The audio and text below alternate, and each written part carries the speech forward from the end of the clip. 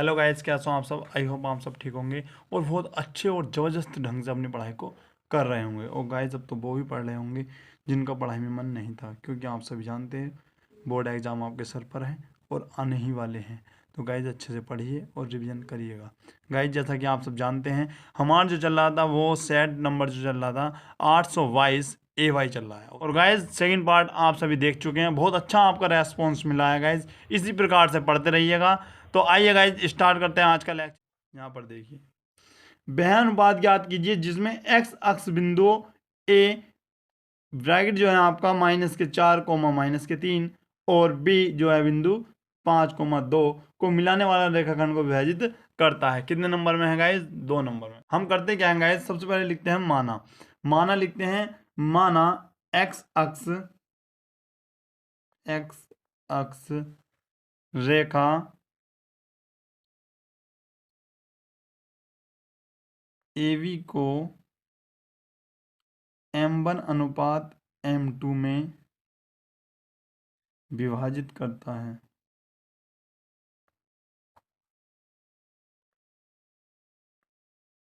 करता है, ये आप लिख लेते हो गाइज। अब मैं आपको यहाँ पर समझा दूं कि सपोज करो ये आपकी एक रेखा है,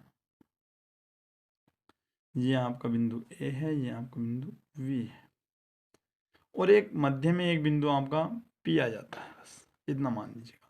अब यहाँ पर हमने क्या कहा है, ये माइनस आपके 4 और -3 दे रखा है और ये 5 2 दे रखा है, यही है ना 5, ठीक है। और यहाँ पर एक बिंदु है एक्स कोमा, क्या लिखोगे आप, एक्स अक्ष पर है। यहाँ पर मैं थोड़ा आपको समझा दूं कि एक्स अक्ष का समीकरण गाइस होता क्या है, मैं आपको बता दूं। एक्स अक्ष पर y का मान क्या होता है, 0 होता है और y अक्ष पर x का मान 0 होता है। तो यहाँ पर मैं क्या लिख देता हूँ, x 0। और हमने क्या कहा है, ये कितने अनुपात में काट रहे हैं एक दूसरे को, m1 अनुपात m2 में हमने कहा है। और हमको वही अनुपात ज्ञात करना है, यानी m1 और m2 का मान आपको ज्ञात करना है। तो यहाँ पर समझिएगा आप। सबसे पहले मैं आपको फॉर्मूला लिखवा देता हूँ।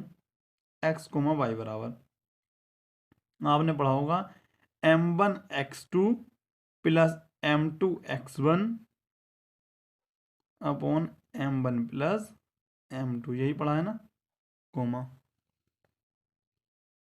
और जिन्होंने आज से पहले फॉर्मूला देखा नहीं है वो अब यहाँ पर समझ लेगा। इस काफ़ी इजी फॉर्मूला है, इसको आप याद कर लें, ये आपके लिए बहुत इम्पोर्टेंट है। ये है। अब यहाँ पर देखिए, अब ये बताइए आप कि जो जीरो है, इस प्रकार से समझिए, जो जीरो है वो कौन से वाले में, वाई का मान मैं आपको बता दूं, ये हमारा x1 है, ये x2 है, ये y1 है, ये y2 है और ये आपका x है ही और ये आपका y है। ये आप वैल्यू यहाँ से उठा कर रखते हैं।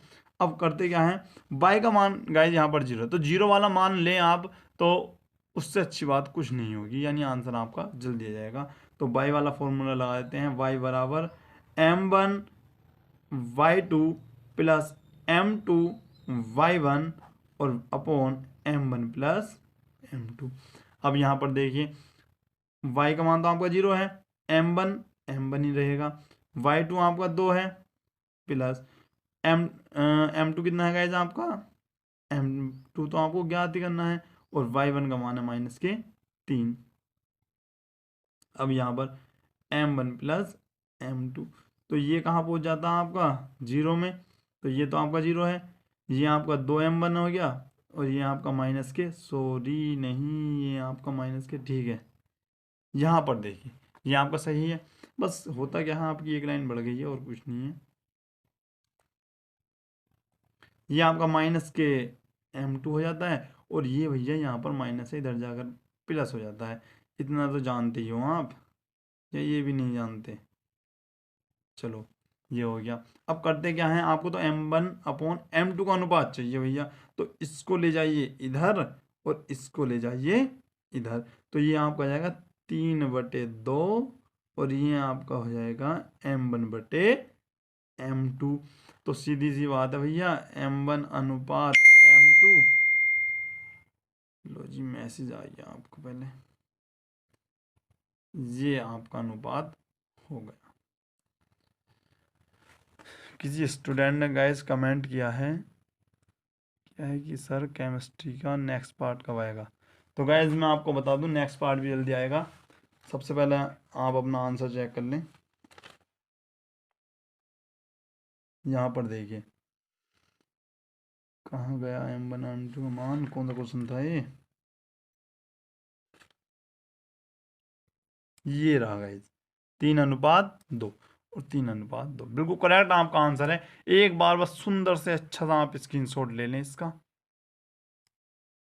और गाइज क्वेश्चन आपकी समझ में आ गया हो तो शर्मा बंदा बिल्कुल भी लाइक कर दो वीडियो को और अपने दोस्तों में जल्दी से शेयर कर दो। अब यहाँ पर देखते हैं क्वेश्चन नंबर नेक्स्ट क्या क्वेश्चन दे रखा है। ये आपको क्वेश्चन दे रखा है आपका, अच्छा ये है चौथे का क्या, नहीं अभी तीसरे का घ हो रहेगा गाइज। यहाँ पर समझते हैं। दो ठोस लंबवतीय शंकु समान ऊंचाई के हैं। इन उनके आधारों की त्रिज्या R1 और R2 है। उन्हें गलाकर समान ऊंचाई का एक बेलन के रूप में परिवर्तित किया जाता है। तो आपको सिद्ध करना है बेलन का आधार की जो त्रिज्या होगी वो आपकी √R1 का वर्ग प्लस R2 का वर्ग बटे 3। तो बहुत ही सिंपल आपका ये क्वेश्चन है, इसको भी आप यहाँ पर समझ लें। अब यहाँ पर समझते हैं। अच्छा चित्र बनाऊं या ना बनाऊंगा ये बताइएगा। अच्छा बिना इसके बना दे, 2 नंबर का क्वेश्चन है, ऐसे कर सकते हैं। यहाँ पर देखिए हम लिखते हैं समान ऊंचाई के, उसके बाद क्या लिखना गाइस, क्या क्वेश्चन में था, समान ऊंचाई के शंकुओं की ऊंचाई। अच्छा समान ऊंचाई के शंकुओं की त्रिज्या आपको माननी है, शंकुओं की त्रिज्या, त्रिज्याएं माना तो आपने लिखा ही नहीं। माना समान ऊंचाई के शंकु की त्रिज्याएं आपकी जो हैं, त्रिज्याएं, त्रिज्या गलत लिखा गया गाइस आपका। त्रिज्याएं क्या हैं, R1/R2 हैं, ये हमने मान लिया। ठीक है अब एक चीज और मान लो, तथा, तथा यहां पर लिख दो, तथा उसी ऊंचाई के, उसी ऊंचाई के वेलन की त्रिज्या, वेलन की त्रिज्या क्या मान लूं, ये मैंने मान लिया आपकी R है। ठीक है गाइस, इतना आप इसको मान लीजिएगा। अब आपको सिद्ध क्या करना है मैं आपको बता देता हूँ। यहाँ पर लिख देते हैं एक लाइन, सिद्ध करना है। सिद्ध क्या करना है आपको, आपको बताना है √R1² प्लस R2² अपॉन, ये अपने ध्यान में रखिएगा, ये है। इसके बाद हम लिखते हैं क्या है, यदि, यदि शंकुओं को पिघलाकर वेलन बनाया जाता है तब, देखो गाइस मैं आपको बता दूं, जब भी किसी चीज को पिघलाकर किसी दूसरी आकृति में बदला जाता है तो होता क्या है, इस कंडीशन में आपका कुछ नहीं होता, बस उसका जो आयतन होता है वो दोनों का बराबर आता है। वहीं से ही आपका ऊंचाई का मान भी निकल जाता है और वहीं से ही आपकी त्रिज्या का मान भी निकल जाता है। यानी एक चीज तो निश्चित है, जब भी आप किसी चीज को गलाते हो या पिघलाते हो या कुछ भी करते हो, आकृति उसकी चेंज कर देते हो, तो दोनों का जो आयतन होगा ना वो आपका सेम होगा। तो यहाँ पर भी क्या है, कुछ ऐसी चीज है कि जो आपका बेलन का आयतन है, बेलन का जो आयतन होगा आपका वो जो होगा वो शंकु, शंकुओं, क्योंकि एक शंकु तो था नहीं, कितने शंकु थे, 2 थे, शंकुओं के आयतन के बराबर होगा। ठीक है गाइस, ये बात आपकी समझ में आ गई होगी। अब बेलन का आयतन क्या होता, πr²h और शंकु का 1/3 πr1²h और 1/3 πr2²h। देखो ऊंचाई तीनों की समान है, दोनों शंकुओं की भी और बेलन की भी। अब यहाँ पर देखिए होता क्या है, यहाँ से आपका πr² h बराबर 1/3 कॉमन आ गया आपका, और पाई और एच भी कॉमन आ गया, तो ये आपका बच जाता R1 square plus R2 square. इस प्रकार से आपका ये बच जाता है। अब यहाँ पर देखिए एस से एच कट जाता है, पाई से पाई कट जाता है, तो आपका बचता है आर बराबर यानी आर स्क्वायर बराबर R1 square plus R2 square बटे 3। यही तो बच रहा है। अब यहाँ पर देखिए अगर मैं यहाँ पर स्क्वायर हटा देता हूँ तो स्क्वायर हटाने के बाद होता क्या है, यहाँ पर आपका अंडर रूट लग जाता है R1 स्क्वायर R2 स्क्वायर।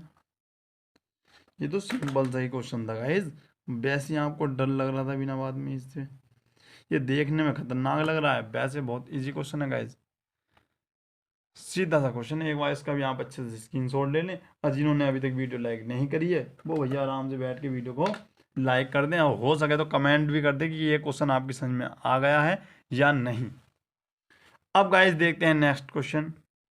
तो गाइज यहाँ पर देखिए नेक्स्ट क्वेश्चन, यानी बिना लंबी विभाजन प्रक्रिया किए दिखाइए कि परिमेय संख्या 1351/1250 शांत दशमलव है। गाइज इतना इजी क्वेश्चन है कि इसमें आप आराम से इसको कर सकते हैं, और ये क्वेश्चन भी नहीं हुआ है तो गाइज कुछ नहीं होगा आपसे, ये सिंपल क्वेश्चन है, इसको आप आसानी से कर सकते हैं। यहाँ पर देखिए पहले मैं आपको क्वेश्चन लिख देता हूँ। 1300 भाई किससे लिख दिया मैंने, ये यहाँ पर देखिए गाइज 1351/1250। इसके लिए करते क्या है, कुछ नहीं करना गाइज, आपको करना क्या है, आपको यहाँ मैं बता देता हूँ, जो हर होता है उसके आप यहाँ पर फैक्टर कर लीजिएगा। तो 2×6 = 12, 2×2 = 4, 2×5 = 10। अब ये 5 से करता है, 5×5 = 5, 5×10 = 5×5 = 25, 5×10 = 5×5 = 25, और 5×5 = 25, 5×5 = 5×5। यहाँ पर देखिए अब यहाँ पर आप इसको कर सकते हैं 1350 नहीं 1351 और 1250 को हम लिख सकते हैं 2×5 कितना है, 1 2 3 4, तो 5 की पावर आप 4 लिख सकते हो। अब यहाँ पर देखिए, अब करने को आप यहाँ से नीचे को भी कर सकते हैं, लेकिन हमको करना नहीं है, हमको केवल 2 नंबर में क्वेश्चन दे रखा ना, तो आपको केवल लिखना है क्या है, चूंकि हर का गुणनखंड 2 की पावर m और 5 की पावर n के रूप में है, इसीलिए परिमेय संख्या का दशमलव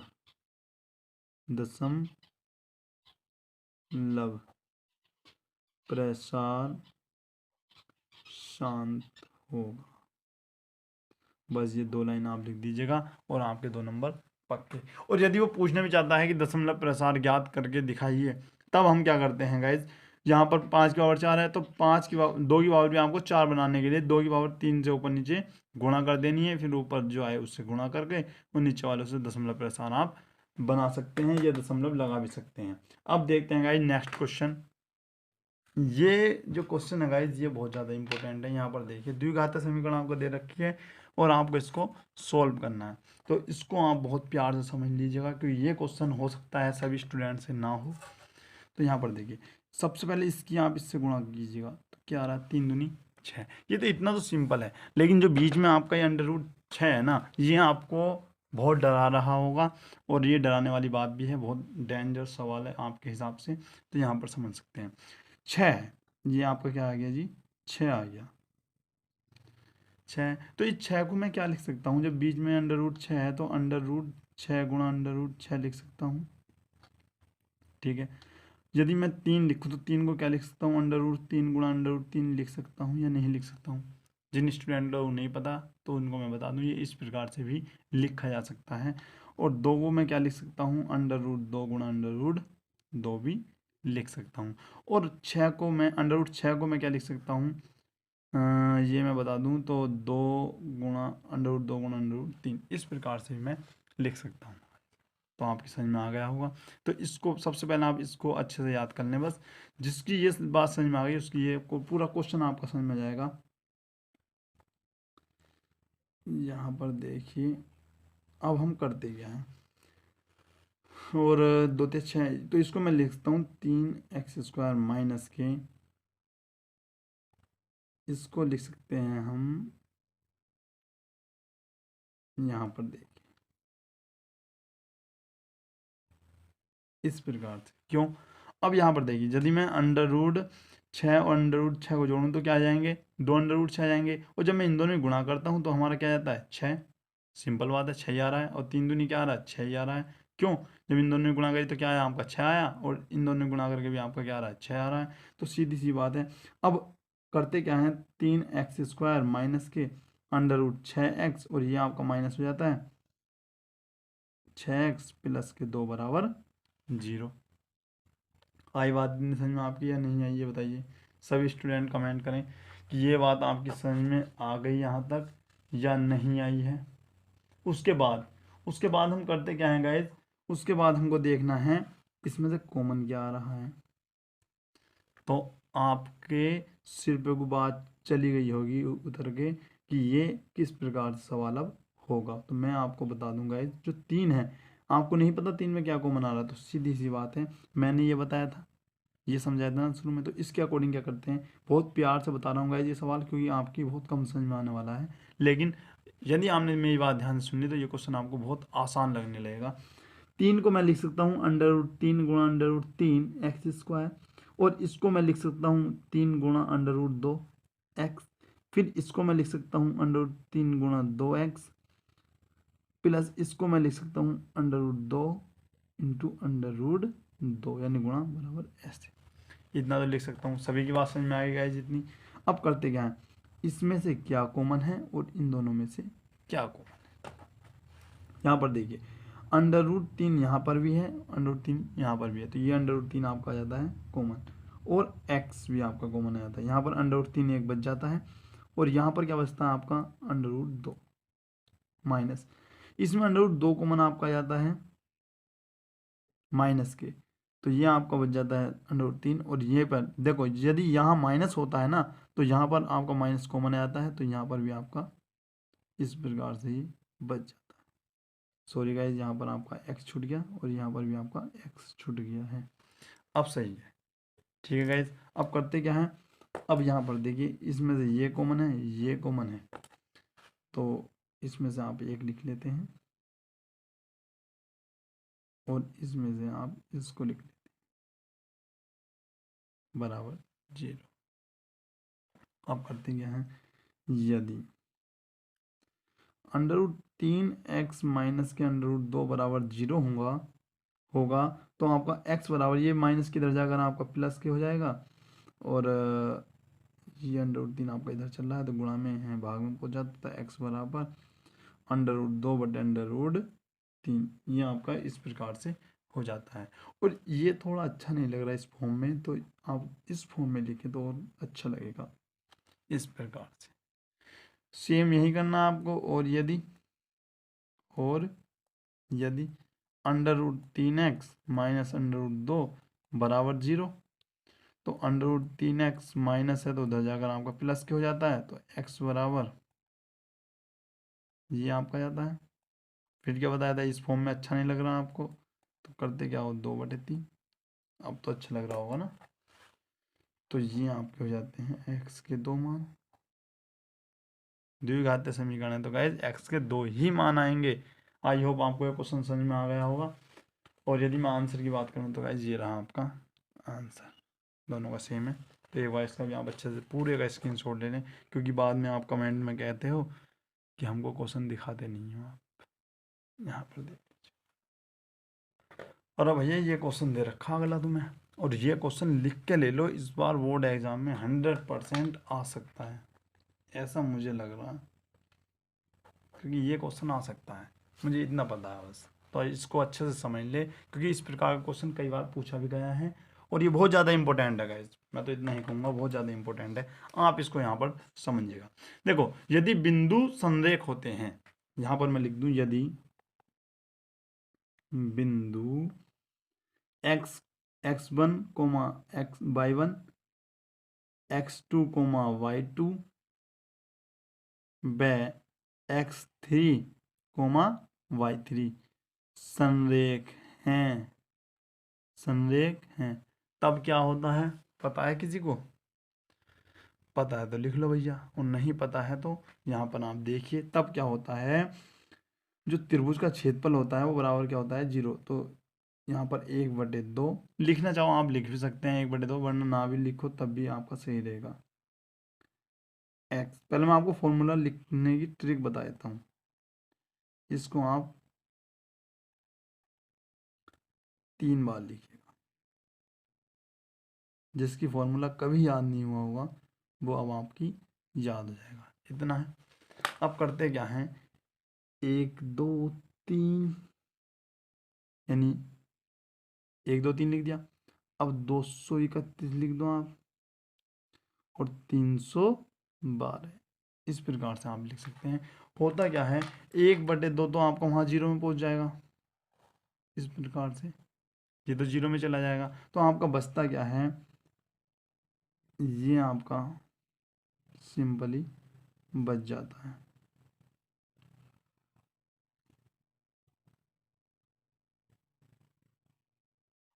गाइज आप डायरेक्ट ये भी लिख सकते थे, लेकिन मैंने आपको बताया किस प्रकार से ये आता है। ठीक है। अब आपको करना क्या है, यहाँ पर आप इसको, यहाँ पर देखिए, ये आपका x1 है, ये आपका x2 है, और ये आपका x3 है। ये y1 है, ये y2 है, और ये आपका y3 है। तो यहाँ पर देखिए, x1 की वैल्यू बोलो क्या है? a है। y2 की v है, और y3 क्या है आपकी? 1 है। प्लस x2 की 0 है, y3 क्या है आपकी? 1 है, और y1 की कितनी है आपकी? 0 है। तो ये तो 0 ही आना, जब भैया है 0 आ गया ना, तो वो तो आप उसे छोड़ ही दे, क्योंकि वो तो 0 ही आना। फिर x3 की वैल्यू कितनी है आपकी? 1 है, और y1 की और y2 की, मैं आपको बता दूं भैया, ये मान लिखने में गलती मत कर लेना। अगर आपने यहाँ पर मान लिखने में गलती कर ली, क्योंकि कुछ विधाता तो ऐसे हैं स्टूडेंट कि जो क्वेश्चन ही गलत उतारते हैं, तो बताओ उनका आंसर कहाँ तक सही आ जाएगा? जो आदमी क्वेश्चन ही सही नहीं उतार रहा, उसका आंसर कहाँ से ठीक आ जाएगा? तो गाइस, क्वेश्चन भी आपको ठीक से उतारना है या लिखना है, और ये भी आपको ठीक से लिखना है। ठीक है। तो ए बी माइनस ए, ये आपका 0 है, और ये आपका बी बराबर 0। तो A B minus A minus B बराबर 0। जो 8 सा लग रहा है क्या आपको? 8 नहीं है भैया, 0 है। उसके बाद ए बी को इधर लेके जा सकते हैं क्या? तो माइनस के ए बी, इसको आप माइनस कॉमन ले लो, ऐसा अच्छा नहीं लग रहा है। ठीक है जी। और ये आपका आ गया माइनस ए बी, माइनस से माइनस सफा। करते क्या है, ए प्लस बी बराबर ए बी। लो जी, हो गया आपका सिद्ध। अब कुछ स्टूडेंट कह रहे जी कहाँ हो गया सिद्ध, ये तो ये आ रहा। ऐसी फॉर्म में लाना है, मतलब इधर आपको 1 लाना है, तो 1 कब आ सकता है? जब मैं इससे भाग कर दूं। तो पहले भैया समीकरण नंबर 1 बनाओ इसको। अब करते क्या है, समीकरण नंबर 1 को ए वी से भाग करने पर अब कुछ स्टूडेंट सोच रहे होंगे ये क्यों भाग कर रहे हैं? भैया मैं अपने मजे के लिए भाग नहीं कर रहा, मुझे ये सिद्ध करना है, तभी आपको नंबर मिलेंगे जब आप इसको सिद्ध करोगे। तो भाग करो, फिर देखते क्या होता। A upon A B plus B upon A B, और बराबर A B upon A B. देख रहे कुछ आ रहा है क्या ना? ए से आपका ए कट गया, वी से आपका वी कट गया, ए वी से आपका ए वी कट गया। तो ये तो आपका एक बार ही कटा ना भैया। और यहाँ से क्या बच रहा? 1/v, और 1/a बराबर 1। अब इसको आगे पीछे तो लिख सकते हैं ना प्लस में, 1/a 1/b बराबर a। अरे अब देख रहे छोटकू, आंसर सही आ रहा है क्या सारा? लो जी, अब तो सही आ रहा ना। तो गाइज एक बार इसका भी आप पूरे का स्क्रीनशॉट ले लें। गाइज पढ़ा तो मैं आपको और भी था, पढ़ाना मुझे और भी था, लेकिन मैं यहीं पर वीडियो बंद कर रहा हूँ। ऐसा इसलिए क्योंकि आप ज़्यादा देर नहीं पढ़ पाते, क्योंकि आपके 15 मिनट की वीडियो भी आप अच्छे से नहीं देख पाते। हालांकि बोर्ड एग्ज़ाम आपके पास है, लेकिन आपको तो वही 2 मिनट की वीडियो में पूरा क्वेश्चन पेपर सॉल्व चाहिए। तो गाइज इसके लिए मैं आपकी शॉर्ट वीडियो भी डालता हूँ ये सॉल्यूशन के लिए, तो हमारी शॉर्ट वीडियो देख लें। ठीक है ना? तो अच्छे से ये वीडियो समझे, पढ़ें। बाकी क्वेश्चन कितने हैं आपके? 2 3 और हैं, ये इस चौथे के 1 है, तो ये मैं आपको कल करवा दूंगा। हालांकि मैं भी करवा देता, लेकिन वीडियो आपकी काफ़ी ज़्यादा लंबी हो गई है। तो मिलते हैं जल्दी नेक्स्ट वीडियो में, तब तक के लिए वेट कीजिएगा और इसको अच्छे से पढ़िएगा। और जो हमारे चैनल पर न्यू स्टूडेंट हैं वो चैनल को सब्सक्राइब भी कर ले, और जो आपके दोस्त हैं, मित्र हैं, फ्रेंड हैं, जो भी हैं, उन्हें वीडियो को शेयर करें, उनसे कहें वीडियो देखें। अब कहोगे जब आप वीडियो खुद देखोगे, ठीक है ना, तो पहले खुद देखिए, आपको अच्छी लगती है वीडियो को लाइक करें, कमेंट करें, सब चीज़ करें, उसके बाद आप शेयर करें, ठीक है ना। और अपने दोस्तों से सभी से चैनल सब्सक्राइब भी करवा लें। मिलते हैं नेक्स्ट वीडियो में, तब तक के लिए जय हिंद, जय भारत।